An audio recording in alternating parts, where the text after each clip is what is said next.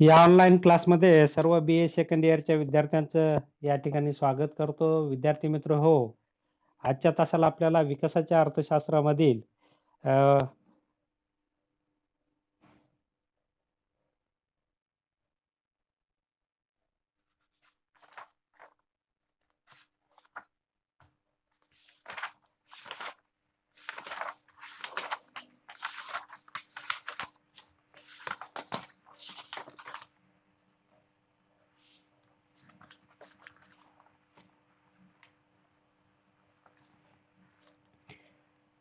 प्रकरण 4 मधील आपल्याला लोकसंख्या हा टॉपिक पाहायचा आहे.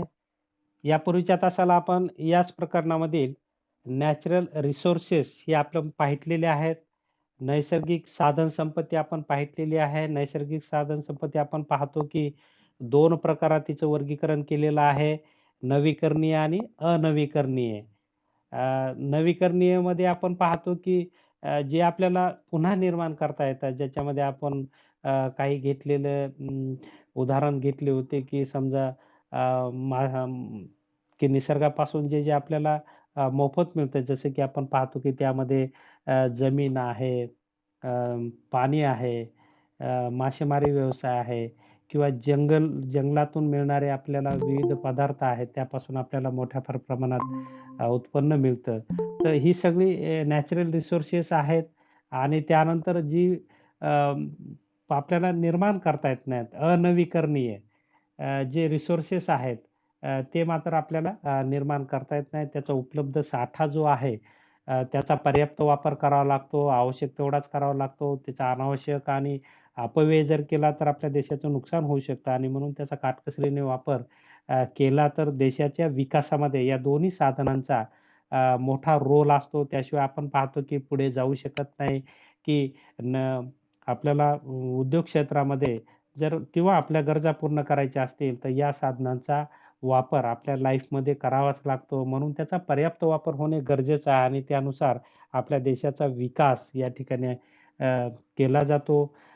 तर विकासामध्ये नैसर्गिक साधनांची भूमिका ही महत्त्वाची आहे, हे आपण यापूर्वीच्या तासाला पाहितलेली आहे.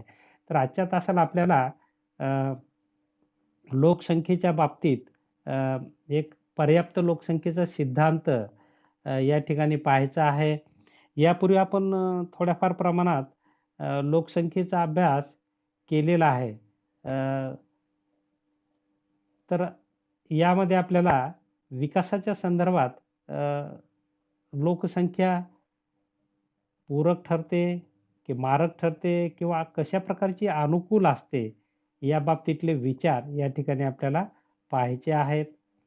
आपण पाहतो की लोकसंख्येच्या बाबतीत अनेक शास्त्रज्ञांनी विचार मांडलेले आहेत, परंतु सक्षम विचार किंवा शास्त्रोक्त विचार मांडण्याचं श्रेय आपण पाहतो की माल्थस यांच्याकडे जातं.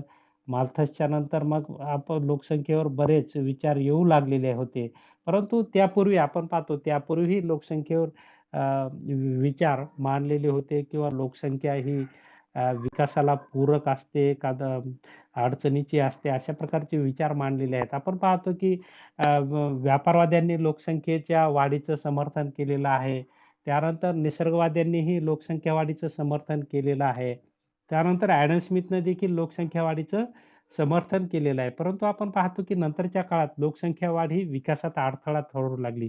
कारण लोकसंख्या वाढीपेक्षा अन्नधान्य वाढीचा वेग कमी होऊ लागला आणि त्यामुळे अन्नधान्याच्या शॉर्टेज येऊ लागलं, किमती वाढू लागल्या आणि आपण पाहतो की समाजामध्ये अनेक प्रश्न आणि दुःखे त्यातून निर्माण होऊ लागली आणि यातूनच नकारात्मक भावना घेऊन माल्थसने चा सिद्धांत मांडलेला आहे. त्यानंतर आपण पाहतो की लोकसंख्येच्या बाबतीतही बऱ्याच अर्थशास्त्रज्ञांनी अ, सिद्धांत मांडलेले आहेत की लोकसंख्या ही आपण पाहतो की लोकसंख्येचा जर व्यवस्थित उपयोग करून घेतला, त्यांच्यामध्ये कौशल्य जर डेव्हलप केली, तर वाढत्या लोकसंख्येच्या विकासासाठी अनुकूल असा वापर होऊ शकतो. परंतु अतिरिक्त लोकसंख्या असेल तर देशामध्ये अ, विकासामध्ये देशाच्या आर्थिक विकासामध्ये अडथळे येऊ शकतात. अशा प्रकारची भूमिका आज आपल्याला या ठिकाणी विचारवंत मांडत असलेले आपल्याला दिसून येतात आणि म्हणून कुठली लोकसंख्या ही विकासाला ही पूरक असते आणि कुठली लोकसंख्या ही विकासामध्ये अडथळे निर्माण करते. किंवा कुठली लोकसंख्या ही तुटीची आहे किंवा विकासाला कमी पडते. आपण पाहतो की साधारणपणे लोकसंख्येतून उत्पादनाचा जो घटक आहे श्रम, तो श्रम घटक हा उपलब्ध होत असतो आणि म्हणून पूर्वीच्या काळी लोकसंख्येला महत्त्व होतं, की आपण पाहतो की पहिले युद्ध भरपूर व्हायची आणि उत्पादन कार्यही चालायचं. त्यासाठी मोठ्या प्रमाणात लोक लागायचे आणि श्रमाचा पुरवठा वाढावा म्हणून वाढत्या लोकसंख्येचा त्यांनी पुरस्कार केला होता. परंतु औद्योगिक क्रांतीनंतर आपण पाहतो की हे सगळं बदललेलं आहे. औद्योगिक क्रांतीनंतर वस्तूची निर्मिती ही तंत्रज्ञानावर होऊ लागली आणि आपण पाहतो की मर्यादित श्रमाच्या सहाय्यानेही मोठ्या प्रमाणात उत्पादन घेतल्या जाऊ लागलं आणि म्हणून आणि तेही कौशल्ययुक्त श्रमाच्या सहाय्याने. आणि म्हणून आपण पाहतो की नंतरच्या काळामध्ये अ, अतिरिक्त श्रमाचा पुरवठा वाढल्यामुळे देशाच्या विकासात अडथळे निर्माण झाले आणि अतिरिक्त लोकसंख्या ही देशाच्या विकासामध्ये अडथळा निर्माण करते. अशा प्रकारचा विचार काही लोकांमध्ये आला किंवा लोकांनी मांडला आणि म्हणून आपण पाहतो की लोकसंख्या ही विकासाला अ, पूरक आहे की अडथळा निर्माण करते. या बाबतीतले पॉझिटिव्ह, निगेटिव्ह जे विचार आहेत ते विचार या ठिकाणी आपल्याला पाहायचे आहेत. आपण पाहतो की साधारणपणे देशाच्या विकासामध्ये श्रम या घटकाचं खूप महत्त्वाचं स्थान आहे. कारण श्रमाशिवाय आपण कुठलीही उत्पादनाची प्रक्रिया करू शकत नाही. एवढं महत्त्वाचं स्थान श्रमाचं आहे. परंतु ते श्रम किती उपलब्ध असावेत यालाही मर्यादा असते आणि त्या मर्यादेत जर श्रम उपलब्ध असतील, तर विकासाला पूरक स्थिती असते आणि ती अमर्याद झाले, तर विकासाला मारक स्थिती निर्माण होते, असं आपल्याला म्हणता येईल. तर किंवा अनेक अर्थशास्त्रज्ञांनी अशा प्रकारचे विचार या ठिकाणी लोकसंख्येच्या बाबतीत मांडलेले आहेत. आज आज आपल्याला या बाबतीतच पर्याप्त लोकसंख्येचा सिद्धांत हा पाहायचा आहे. Optimum theory of optimum population हा सिद्धांत प्रोफेसर एडविन कॅनन यांनी मांडलेला आहे. अ, लोकसंख्येविषयी अनेक विचारवंतांनी मत मांडलेले आहे. जसं की प्लेटो यांनी लोकसंख्येच्या नियोजनाची आवश्यकता आपल्या रिपब्लिक या ग्रंथात प्रतिपादन केली होती. त्यानंतर 17व्या शतकामध्ये व्यापारवादी अर्थतज्ञांनी लोकसंख्या वाढली म्हणजे श्रमिकाचा पुरवठा वाढतो व त्यामुळे वेतन दर कमी होऊन उत्पादन खर्च कमी होतो. त्यामुळे वस्तूच्या किमती कमी होऊन वस्तूची निर्यात वाढते आणि राष्ट्र आर्थिकदृष्ट्या संपन्न होतं. अशा प्रकारचा विचार मांडला होता. त्यानंतर लोकस लोकसंख्या हा आर्थिक विकासातील अडथळा आहे किंवा लोकसंख्या वाढीतून अर्थव्यवस्थेत विविध समस्या निर्माण होऊ शकतात. याचा फारसा विचार रॉबर्ट माल्थसपर्यंत केलेला दिसून येत नाही. परंतु 1793 नंतर गॉडविनने राज्यसंस्था हीच लोकांच्या दुःखाला व दारिद्र्याला कारणीभूत असते, अशा प्रकारचे विचार मांडले होते. त्या काळी इंग्लंडमध्ये अन्नधान्याच्या किमती वाढत होत्या. बेकारी, दारिद्र्य इत्यादी समस्यांनी गंभीर स्वरूप धारण केले होते.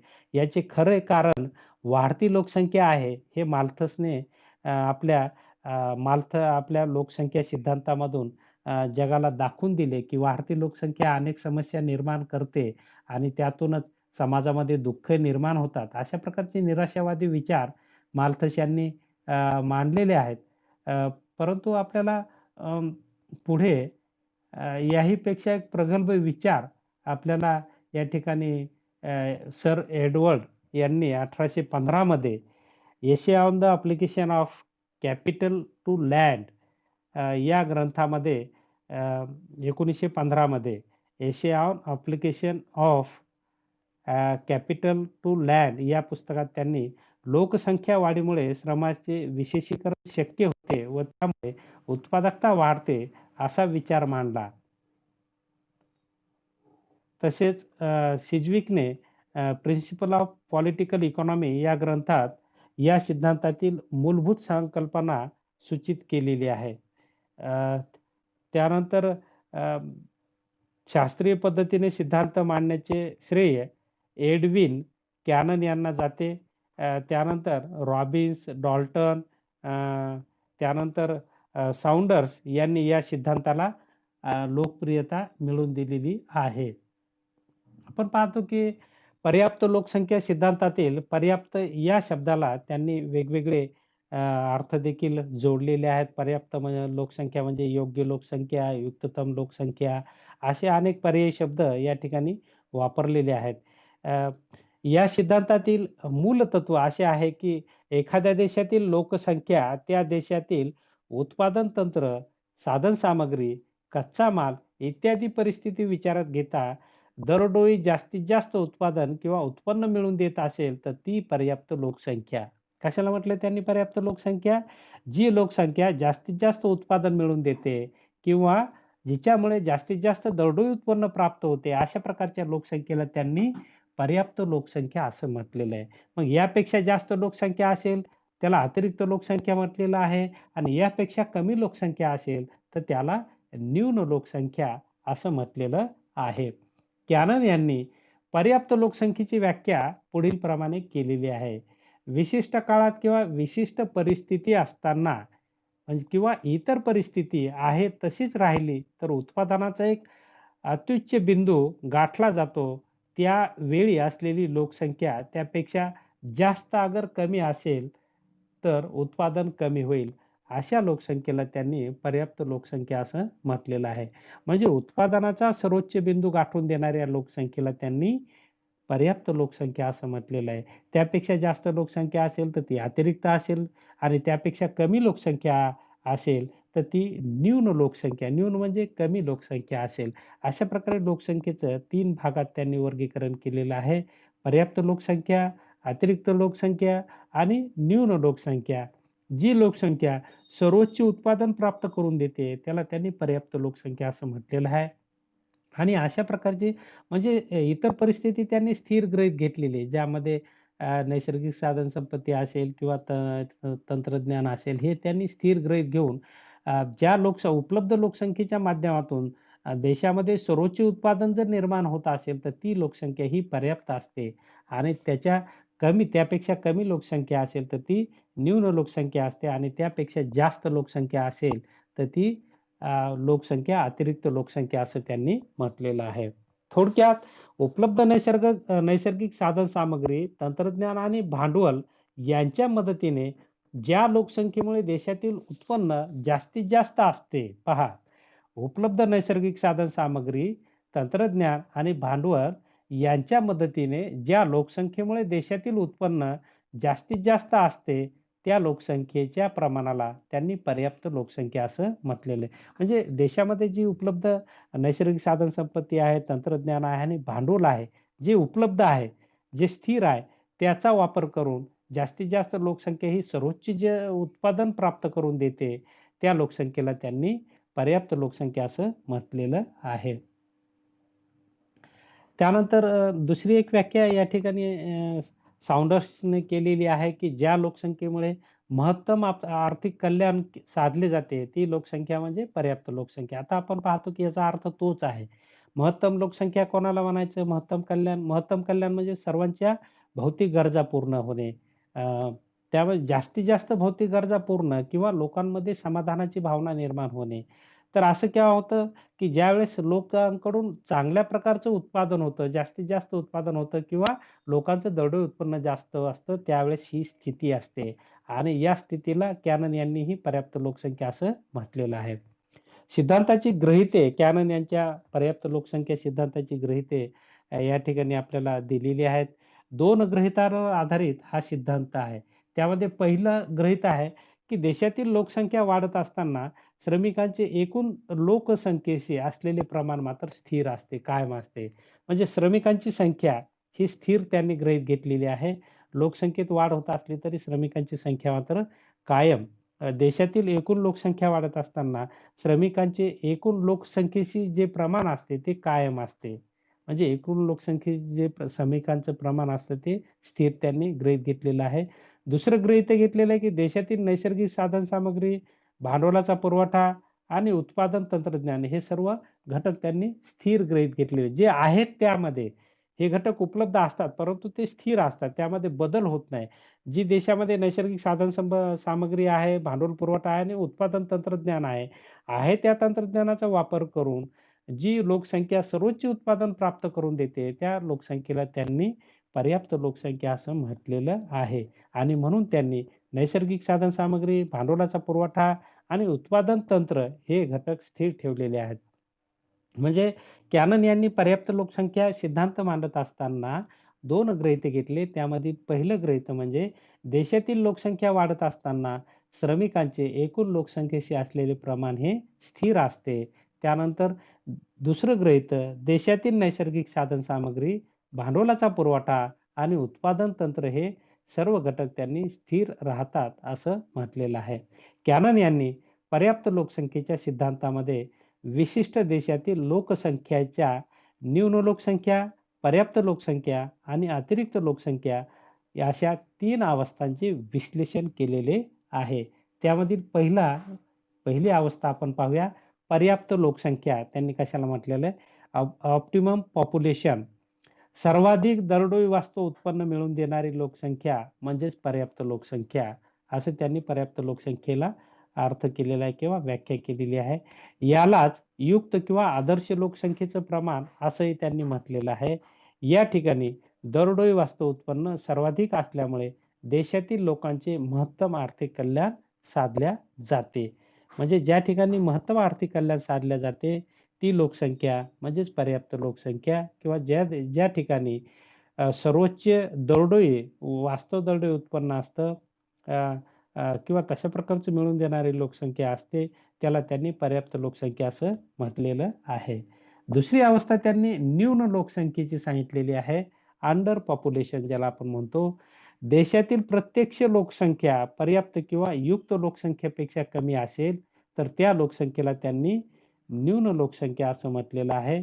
न्यून लोकसंख्या असताना देशातील नैसर्गिक साधने, भांडवल, तंत्रज्ञान इत्यादीचा पूर्ण उपयोग होत नाही आणि त्यामुळे देशातील लोकांचे दरडोई उत्पन्न सर्वाधिक राहत नाही. म्हणजे नैसर्गिक साधन संपत्ती, भांडवल आणि तंत्रज्ञानाचा अपूर्ण वापर केल्यामुळे त्यांचं दरडोई उत्पन्न कमी असतं आणि दरडोई उत्पन्न कमी असते म्हणजे त्याचं न्यून लोकसंख्या असते असं त्यांनी म्हटलेलं आहे. तिसरी अवस्था त्यांनी लोकसंख्येची सांगितलेली अतिरिक्त लोकसंख्या, ओव्हर पॉप्युलेशन ज्याला त्यांनी म्हटलेलं आहे. देशातील प्रत्यक्षातील लोकसंख्या पर्याप्त किंवा युक्त लोकसंख्येपेक्षा अधिक अधिक असेल म्हणजे देशातील लोकसंख्या पर्याप्त लोकसंख्येपेक्षा जास्त असेल, तर त्या लोकसंख्येस त्यांनी अतिरिक्त लोकसंख्या असं म्हटलेलं आहे. अतिरिक्त लोकसंख्या असताना देशातील नैसर्गिक साधने, भांडवल, तंत्रज्ञान इत्यादीची कमतरता भासते, शॉर्टेज असते यांचं. त्यामुळे देशातील लोकसंख्येचा, श्रमशक्तीचा योग्य उपयोग होत नाही. अर्थातच बेकारीची समस्या निर्माण होते. त्यामुळे या ठिकाणी दरडोई उत्पन्न सर्वाधिक राहत नाही. तर अतिरिक्त लोकसंख्या ही यामुळे विकासात अडथळा निर्माण करते. कारण आपण पाहतो की उपलब्ध साधनसामुग्री त्याची टंचाई भासते आणि त्यामुळे श्रमशक्तीचा पर्याप्त वापर होत नाही आणि पर्याप्त वापर होत नसल्यामुळे आपण पाहतो की देशातील उत्पन्न कमी असतं आणि त्यामध्ये बेकारीची समस्या असते आणि त्यामुळे अतिरिक्त लोकसंख्या ही बेकारी निर्माण करते, देशाचं उत्पन्न घटवते, अशा प्रकारे कॅनन यांना म्हणायचं आहे. त्यामुळे पर्याप्त लोकसंख्या म्हणजे देशातील सर्वोच्च उत्पादन प्राप्त करून देणारी लोकसंख्या किंवा सर्वोच्च दरडोई उत्पन्न प्राप्त करून देणाऱ्या लोकसंख्येला त्यांनी पर्याप्त लोकसंख्या असं म्हटलेलं आहे. यापेक्षा कमी लोकसंख्या देशात असेल, तर त्या अवस्थेला त्यांनी न्यून लोकसंख्या म्हटलेलं आहे. यापेक्षा जास्त लोकसंख्या असेल, पर्याप्त लोकसंख्येपेक्षा जास्त लोकसंख्या असेल, तर त्याला त्यांनी अतिरिक्त लोकसंख्या म्हटलेलं आहे. पर्याप्त लोकसंख्या म्हणजे जिथे नैसर्गिक साधनसामग्रीचा, भांडवलाचा आणि तंत्रज्ञानाचा पूर्णपणे वापर, कार्यक्षमपणे वापर होत असतो आणि त्यामुळे देशातील लोकांचे दरडोई उत्पन्न हे सर्वोच्च असते. तर न्यून लोकसंख्या असलेल्या अवस्थेमध्ये नैसर्गिक साधनसंपत्तीचा युक्त वापर होत नाही आणि त्यामुळे त्यांचं श्रमशक्ती तिथे कमी पडते आणि म्हणून त्यांचं दरडोई उत्पन्न कमी असतं. तर तिसऱ्या अवस्थेत त्यांनी अतिरिक्त लोकसंख्यामध्ये नैसर्गिक साधनसंपत्ती, भांडवल आणि तंत्रज्ञानावर ताण येतो. ही साधने कमी पडतात आणि लोकसंख्या जास्त असते. त्यामुळे इथे श्रमिकांची बेकारी निर्माण होते आणि त्यामुळे ते आपण पाहतो की त्यांचं कौशल्य किंवा त्यांचं दरडोई उत्पन्न त्यामुळे वाढत नाही आणि न वाढल्यामुळे देशाच्या विकासामध्ये अडथळे निर्माण होत असतात. म्हणून देशाच्या विकासामध्ये पर्याप्त लोकसंख्या ही आवश्यक असते, असं त्यांनी म्हटलेलं आहे. ज्या देशामध्ये पर्याप्त लोकसंख्या असते, त्या देशाच्या विकासामध्ये लोकसंख्या ही विकासाला पूरक असते किंवा अनुकूल असते. याउलट अतिरिक्त लोकसंख्या जिथं असते, ती लोकसंख्या विकासाला प्रतिकूल निर्माण करते किंवा प्रतिकूल असते असं त्यांनी म्हटलेलं आहे. आणि जिथे न्यून लोकसंख्या असते, त्या ठिकाणी मात्र लोकसंख्या कमी असल्यामुळे विकासावर परिणाम होतो, असंही त्यांनी म्हटलेलं आहे.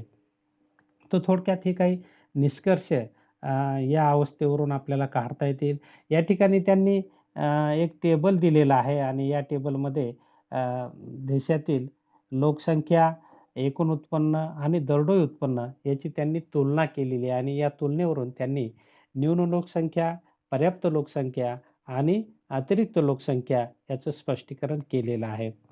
अनुक्रमांक 1 ते 7 मध्ये त्यांनी लोकसंख्या अ, 10 ते 16 कोटीपर्यंत वाढत गेलेली दाखवलेली आहे आणि एकूण उत्पन्न देखील या ठिकाणी लोकसंख्या कोटीमध्ये आहे, एकूण उत्पन्न कोटी रुपयामध्ये आहे आणि दरडोई उत्पन्नही कोटीमध्ये आहे. अनुक्रमांक 1 मध्ये लोकसंख्या 10 कोटी असताना एकूण उत्पन्न 10,000 कोटीचं त्यांनी दर्शवलेलं आहे आणि दरडोई उत्पन्न ₹1,000 त्यामुळे मिळतं. अ, अनुक्रमांक 2 नुसार लोकसंख्या देशाची लोकसंख्येत वाढ झाली.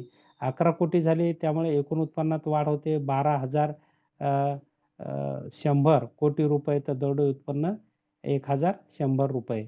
त्यानंतर अ, तिसरी या ठिकाणी अनुक्रमांक दिलेला आहे, की त्यामध्ये त्यांनी लोकसंख्या 12 कोटी अ, त्यानंतर एकूण उत्पन्न 14,400 कोटी आणि दरडोई उत्पन्न 1,200. त्यानंतर चौथ्या अनुक्रमांकाला लोकसंख्या 13 कोटी त्यामुळे एकूण उत्पन्नात भर 16,900 कोटी रुपये आणि दरडोई उत्पन्न 1,300. तर ही चौथी अवस्था किंवा अनुक्रमांक 4 ची अवस्था ही त्यांनी पर्याप्त लोकसंख्येची अवस्था सांगितलेली आहे. कारण त्यानंतर आपण पाहतो की एकूण उत्पन्नात घट होत आहे आणि दरडोई उत्पन्नातही घट होत आहे. म्हणजे अनुक्रमांक 4 1 ते 7 मध्ये अनुक्रमांक 4 पर्यंत 13 कोटी लोकसंख्या असताना देशातील एकूण उत्पन्न सर्वोच्च असतं 16,900 कोटी रुपये आणि त्यामुळे दरडोई उत्पन्नही सर्वोच्च असतं 1,300 आणि ही सर्वोच्च उत्पन्न मिळवून देणारी लोकसंख्या ही कशी असते? पर्याप्त लोकसंख्या असते. मग याच्यापेक्षा कमी असणारी लोकसंख्या 1 ते 3 पर्यंत अनुक्रमांक 1 ते 3 पर्यंत असणारी लोकसंख्या, ज्यामुळे उत्पन्न कमी मिळतं, ती न्यून लोकसंख्या असेल. अनुक्रमांक 5, 6 आणि 7 मध्ये असलेली लोकसंख्या ही अतिरिक्त लोकसंख्या त्यांनी दाखवलेली, की ज्यामुळे नैसर्गिक साधनसामुग्रीचा तुटवडा निर्माण होतो आणि त्याचा एकूण उत्पन्नावर परिणाम होऊन एकूण उत्पन्न घटतं आणि दरडोई उत्पन्नही घटलेलं असतं आणि म्हणून ते म्हणतात की अनुक्रमांक 4 ची लोकसंख्या ही पर्याप्त लोकसंख्या आहे. त्याच्या पूर्वीची लोकसंख्या ही कशी आहे? न्यून लोकसंख्या आहे आणि त्याच्यानंतरची लोकसंख्या ही अतिरिक्त लोकसंख्या आहे. अनुक्रमांक 4 ची लोकसंख्या ही सर्वोच्च उत्पन्न किंवा दरडोई उत्पन्न प्राप्त करून देणारी लोकसंख्या आहे. हे त्यांनी या आकडेवारीच्या माध्यमातून सिद्ध केलेलं आहे किंवा स्पष्टीकरण केलेलं आहे. या आकडेवारीचा त्यांनी म्हणजे हे आपल्या सिद्धांताचं ग्राफच्या सहाय्याने देखील त्यांनी विश्लेषण केलेलं आहे. या ठिकाणी आकृती दिलेली आहे. पर्याप्त लोकसंख्येची कल्पना त्यांनी द्वारे देखील स्पष्ट केलेली आहे, की आपण पाहतो की आकृतीमध्ये अ, अ, पर्याप्त लोकसंख्येचा वक्र दिलेला आहे. ल, स आणि र अशा प्रकारचा एक वक्र दिलेला आहे. OX अक्षावर त्यांनी लोकसंख्या घेतलेली आहे, तर Y अक्षावर त्यांनी दरडोई उत्पन्न घेतलेलं आहे. प एवढी लोकसंख्या असताना दरडोई उत्पन्न अ, प-स असतं म्हणजे सर्वोच्च असतं. प-स एवढं दरडोई उत्पन्न हे सर्वोच्च असतं आणि म्हणून अप ही लोकसंख्या ही पर्याप्त लोकसंख्या त्यांनी म्हटलेलं आहे. अप पेक्षा कमी असलेली लोकसंख्या ही अ, न्यून लोकसंख्या त्यांनी म्हटलेलं आहे, जे की उत्पादन त्यामध्ये ल-स एवढं उत्पादन असतं. त्यानंतर पेक्षा जास्त असलेली लोकसंख्या ही अतिरिक्त लोकसंख्या म्हटलेलं आहे, की ज्यामुळे उत्पादन आपण पाहतो, की घटीचं या ठिकाणी दिसून येतं. म्हणजे स पासून ते र पर्यंत जी उत्पादनात घट होते, ती अतिरिक्त लोकसंख्येमुळे घट होते आणि म्हणून अ, आकृतीद्वारे विश्लेषण करत असताना जो उत्पादनाचा सर्वोच्च बिंदू आहे स, हा सर्वात जास्त दरडोई उत्पन्न मिळवून देणारा आहे आणि त्यावेळेस देशातील लोकसंख्या ही असते आणि ही लोकसंख्या ही सबिंदू प्राप्त करून देणारी असते आणि म्हणून ही पर्याप्त लोकसंख्या असते. या अ, अप लोकसंख्येपेक्षा असणारी लोकसंख्या ही त्यांनी न्यून लोकसंख्या म्हटलेलं आहे आणि अपपेक्षा जास्त असलेली लोकसंख्या ही अतिरिक्त लोकसंख्या असं म्हटलेलं आहे. अशा प्रकारे त्यांनी पर्याप्त लोकसंख्येचं सिद्धांताच्या सहाय्याने, आकृतीच्या सहाय्याने विश्लेषण केलेलं आहे. यामध्ये डॉल्टन यांनी विसंगतीचे सूत्र दिलेलं आहे, की एखाद्या देशातील लोकसंख्या नेहमीच पर्याप्त असेल असे सांगता येत नाही. बहुतेक वेळा ती नसतेच. प्रत्यक्ष लोकसंख्या आणि पर्याप्त लोकसंख्या यातील तफावतीला त्यांनी विसंगती म्हटलेली आहे. म्हणजे लोकसंख्येत फरक असतो. पर्याप्त लोकसंख्या सगळ्या देशांमध्ये असेल असं काही सांगता येत नाही. कुठे जास्त असते तर कुठे कमी असते. अशा प्रकारची स्थिती असते. मग प्रत्यक्ष लोकसंख्या आणि म्हणजे प्रत्यक्ष लोकसंख्या आणि पर्याप्त लोकसंख्या यामधील जो गॅप असतो किंवा तफावत असते, या तफावतीला डॉल्टन यांनी विसंगती असं म्हटलेलं आहे आणि त्यांनी तशा प्रकारचं विसंगती शोधण्याचं कार्य केलेलं आहे आणि ते सूत्राच्या माध्यमातून केलेलं आहे. त्यांनी विसंगतीचं मापन करण्यासाठी या ठिकाणी सूत्र दिलेलं आहे. यामध्ये एम बरोबर आहे ए वजा एम बरोबर आहे ए वजा ओ भागिले ओ. या ठिकाणी एम बरोबर म्हणजे विसंगती त्यांनी म्हटलेलं आहे. ए म्हणजे प्रत्यक्ष लोकसंख्या म्हटलेलं आहे आणि ओ म्हणजे पर्याप्त लोकसंख्या, ऑप्टिमम पॉप्युलेशन ज्याला त्यांनी म्हटलेलं आहे. म्हणून विसंगतीचं सूत्र विसंगती बरोबर आहे प्रत्यक्ष लोकसंख्या वजा पर्याप्त लोकसंख्या भागिले पर्याप्त लोकसंख्या. अशा प्रकारे डॉल्टन यांनी विसंगतीचं सूत्र दिलेलं आहे आणि या सूत्राचं उत्तर जर शून्य असेल, तर पर्याप्त लोकसंख्या असते. या उत्तराचं शून्य या फॉर्म्युल्याचं उत्तर जर उणे आलं तर लोकसंख्या ही न्यून लोकसंख्या असते आणि या फॉर्म्युल्याचं उत्तर जर अधिक आलं तर लोकसंख्या ही अतिरिक्त असते. अशा प्रकारे डॉल्टन यांनी विसंगतीचं मूल्य सांगितलेलं आहे, की विसंगतीचे मूल्य शून्य असते तेव्हा देशामध्ये पर्याप्त लोकसंख्या असते. विसंगतीचे मूल्य उणे असेल किंवा ऋण स्वरूपाचे असेल, तेव्हा लोकसंख्या न्यून असते आणि विसंगतीचे मूल्य जर अधिक किंवा धन स्वरूपाचे असेल, तर लोकसंख्या ही अतिरिक्त समजावी. अशा प्रकारे त्यांनी विसंगतीचं मूल्य देऊन पर्याप्त लोकसंख्या शोधलेली आपल्याला दिसून येते किंवा ज्या ठिकाणी पर्याप्त लोकसंख्या म्हणजे नसेल, तर त्या पद्धतीने विसंगतीच्या सूत्राचा आधार घेऊन या ठिकाणी त्यांनी पर्याप्त लोकसंख्या आणि विकासाचा संबंध जोडलेला आहे. डॉल्टन यांनी पर्याप्त लोकसंख्येचा विचार करताना दरडोई वास्तव उत्पन्नाचा आधार घेतला आहे, तर रॉबिन्स यांनी एकूण उत्पन्नाचा आधार घेतलेला आहे. सर्वांनीच या सिद्धांतामध्ये प्रगल्भता आणण्याचं कार्य केलेलं आपल्याला दिसून येतं. थोडक्यात प्रोफेसर कॅनन यांनी पर्याप्त लोकसंख्येचा सिद्धांत मांडत असताना आपण पाहतो की 2 गृहीते या ठिकाणी त्यांनी घेतलेली आहेत. की ज्यामध्ये त्यांनी नैसर्गिक साधनसंपत्ती, भांडवल, तंत्रज्ञान हे स्थिर गृहीत घेतलेलं आहे आणि अ, अ, लोकसंख्येचा प्रमाणात श्रमपुरवठा हा स्थिर असतो असंही त्यांनी म्हटलेलं आहे. श्रमशक्ती ही स्थिर असते असंही त्यांनी म्हटलेलं आहे, की ही गृहीते घेऊन त्यांनी पर्याप्त लोकसंख्येची व्याख्या केलेली, की पर्याप्त लोकसंख्या म्हणजे देशात सर्वोच्च उत्पन्न प्राप्त करून देणारी लोकसंख्या किंवा सर्वात जास्त दरडोई उत्पन्न मिळवून देणारी लोकसंख्या असं त्यांनी म्हटलेलं आहे, की यापेक्षा कमी लोकसंख्या असेल तर त्याला न्यून लोकसंख्या असं म्हटलेलं आहे आणि यापेक्षा जास्त लोकसंख्या असेल तर अतिरिक्त लोकसंख्या असं म्हटलेलं आहे. अशा प्रकारच्या 3 अवस्था त्यांनी सांगितलेल्या आहेत, की पर्याप्त अवस्थेमध्ये नैसर्गिक साधनसंपत्ती, नैसर्गिक साधनसंपत्ती, उपलब्ध भांडवल पुरवठा आणि तंत्रज्ञान यांचा पर्याप्त वापर होतो, योग्य वापर होतो, पूर्ण क्षमतेने वापर होतो आणि म्हणून त्या ठिकाणी उत्पन्नाची सर्वोच्च पातळी असते, असं ते म्हणतात. त्यानंतर न्यून अवस्थेत मात्र याचा पर्याप्त नैसर्गिक साधनसंपत्ती, भांडवल आणि तंत्रज्ञानाचा पर्याप्त वापर होत नाही. म्हणून दरडोई उत्पन्न किंवा उत्पन्न कमी असतं आणि तिसऱ्या अवस्थेमध्ये मात्र जी अतिरिक्त लोकसंख्या असते की ज्यामध्ये नैसर्गिक साधनसंपत्ती, भांडवल पुरवठा आणि तंत्रज्ञान यांचं शॉर्टेज असतं आणि लोकसंख्येचं प्रमाण जास्त असतं आणि त्यामुळे सर्वोच्च उत्पन्न त्या ठिकाणी प्राप्त होत नाही. दरडोई उत्पन्न कमी असतं आणि म्हणून त्या ठिकाणी बेकारीची स्थिती असते. अशा प्रकारे ज्या देशामध्ये अतिरिक्त लोकसंख्या आहे, त्यामध्ये विकासात अडथळा निर्माण करणारी ही अतिरिक्त लोकसंख्या असते, असं त्यांनी सांगितलेलं आहे. म्हणून लोकसंख्या पर्याप्त लोकसंख्या ही विकासाला पूरक असते, तर अतिरिक्त लोकसंख्या आणि न्यून लोकसंख्या ही विकासामध्ये अडथळे निर्माण करते, असं आपल्याला म्हणता येईल. थोडक्यात त्यांना या बाबतीतले असे त्यांचे विचार असलेले आपल्याला दिसून येतात. तर या सिद्धांतावर काही टीका देखील केलेल्या आपल्याला दिसून येतात, की विशेषतः गृहीतांवर त्यांनी टीका केलेली आहे, की आपण पाहतो की त्यांनी गृहीतांमध्ये अ, अ, श्रमाचा स पुरवठा हा लोकसंख्येच्या प्रमाणात त्यांनी गृहीत घेतलेला आहे आणि तो स्थिर असतो असं म्हटलेलं आहे. त्याचबरोबर देशात उपलब्ध नैसर्गिक साधनसंपत्ती, भांडवल, तंत्रज्ञान हेही स्थिर घेतलेलं आहे, की टीकाकारांनी यावर टीका केलेली आहे.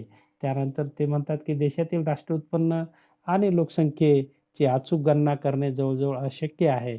अशा वेळी एखाद्या देशाची पर्याप्त लोकसंख्या ठरवणे कठीण जाते. त्याचबरोबर पर्याप्त लोकसंख्या निश्चित करताना या सिद्धांतामध्ये केवळ दरडोई उत्पन्नाचा विचार केलेला आहे. दरडोई उत्पन्नाबरोबरच इतर सामाजिक, राजकीय घटक विचारात घेतले असते, तर हा सिद्धांत आणखी चांगला झाला असता असं म्हटलेलं आहे. त्यानंतर पर्याप्त लोकसंख्येचा असताना महत्तम आर्थिक कल्याणाची प्राप्ती होते असे साउंडर्सनं म्हटलेलं आहे. परंतु विशिष्ट लोकसंख्या असताना दरडोई उत्पन्न सर्वाधिक असले तरी देशातील उत्पन्नाचे जर समान वितरण झाले नसेल, तर आपण पाहतो की दरडोई उत्पन्न वाढूनही सामाजिक कल्याणात भर पडत नाही. आपण पाहतो की देशातील उत्पादनातील वाढ ही सामाजिक कल्याण घडवून आणू शकत नाही, तर उत्पादनातील वितरण, समान वितरण ही सामाजिक कल्याणात अ, भर पाडणारी आहे किंवा वाढ घडवून आणणारी असते आणि म्हणून ज्या देशामध्ये राष्ट्रीय उत्पन्नाचं समान वाटप होत नाही, तिथे कल्याण होत नाही आणि त्या ठिकाणी पर्याप्त लोकसंख्या असतेच असं काही सांगता येत नाही. अशा प्रकारच्या टीका या सिद्धांतावर जरी केल्या असल्या तरी आपण पाहतो की या सिद्धांताचं श्रेष्ठत्व विशेष म्हणजे की आपण पाहतो की अ, पर्याप्त लोकसंख्या ही विकासाला पूरक असते. आपण पाहतो की उत्पादनाचा श्रम हा मुख्य घटक आहे आणि पर्याप्त लोकसंख्या असेल तर श्रमाचा पुरवठा व्यवस्थित होतो आणि उपलब्ध नैसर्गिक साधनसंपत्ती आणि तंत्रज्ञानाचा, भांडवलाचा योग्य वापर होऊन देशाचा विकास घडवून आणता येऊ शकतो. अशा प्रकारचं एक संदेश किंवा निष्कर्ष त्यांनी या ठिकाणी मांडलेला आपल्याला दिसून येतो. तर या ठिकाणी आपण थांबूया. या क्लासला आपण उपलब्ध झालात त्याबद्दल आपल्या सर्वांचे आभार व्यक्त करतो आणि या ठिकाणी थांबतो. धन्यवाद.